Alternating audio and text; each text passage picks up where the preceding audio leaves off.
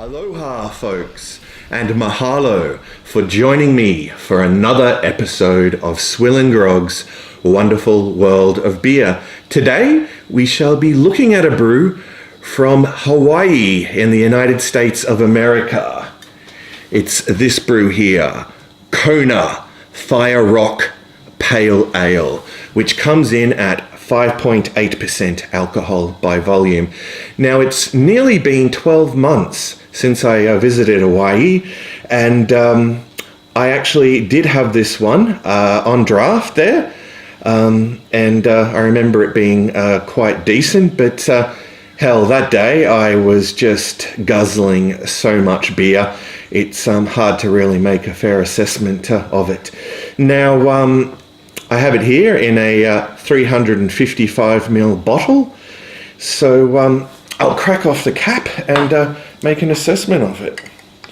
And I'll also add that like the Red Hook ESB that I reviewed yesterday, this was another one that was quite hard to procure here in Australia.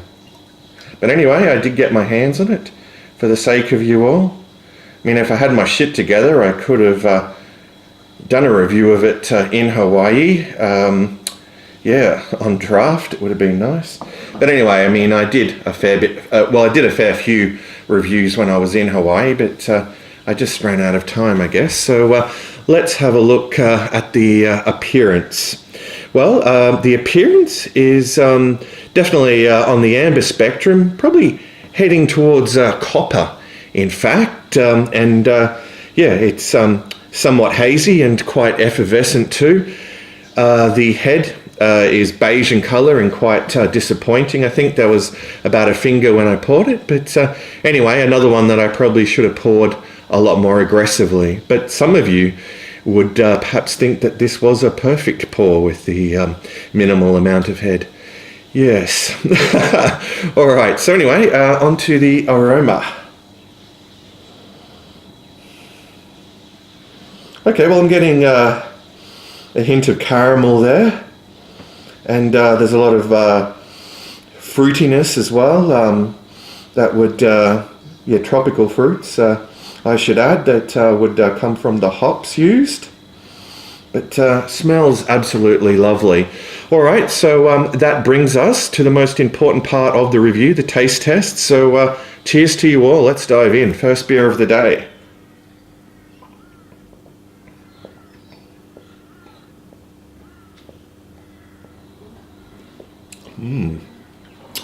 Wow. Well, it has a nice hot bite to it. Up front, there's a lot of malts present. I'm getting a nice bit of breadiness there, and like a nice hit of caramel as well. I mean, obviously they've roasted these malts a little bit longer than your malts that you'd have in, say, a lager.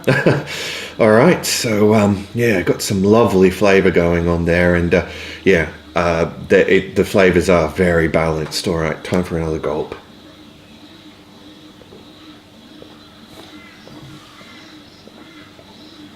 Wow. Well, it's really holding that taste profile. It's absolutely delicious. I think it's a fine example of the pale ale style. It's definitely up there with Sierra Nevada, which I consider to be the benchmark.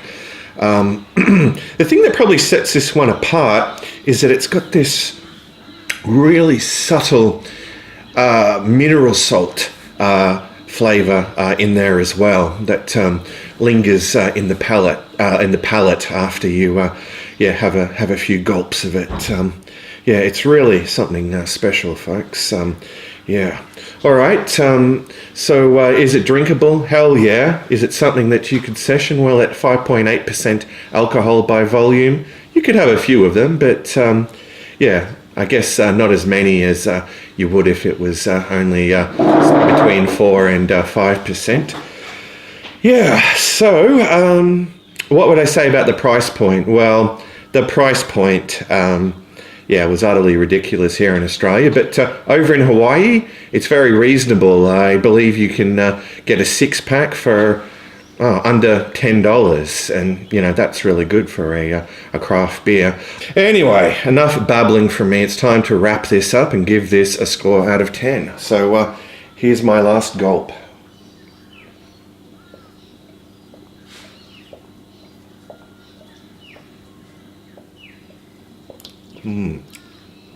All right, so enjoyable. Yeah, so absolutely enjoyable. I'll let you in on a little secret, folks.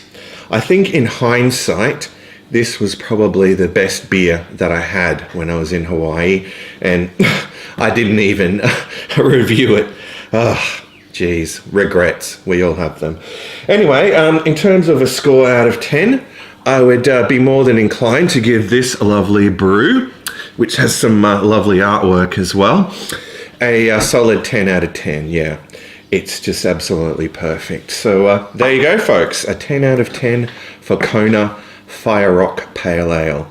Anyway, it's time for me to kick back and enjoy the rest of this and go about uploading it on YouTube. So until next time, fare thee well, all.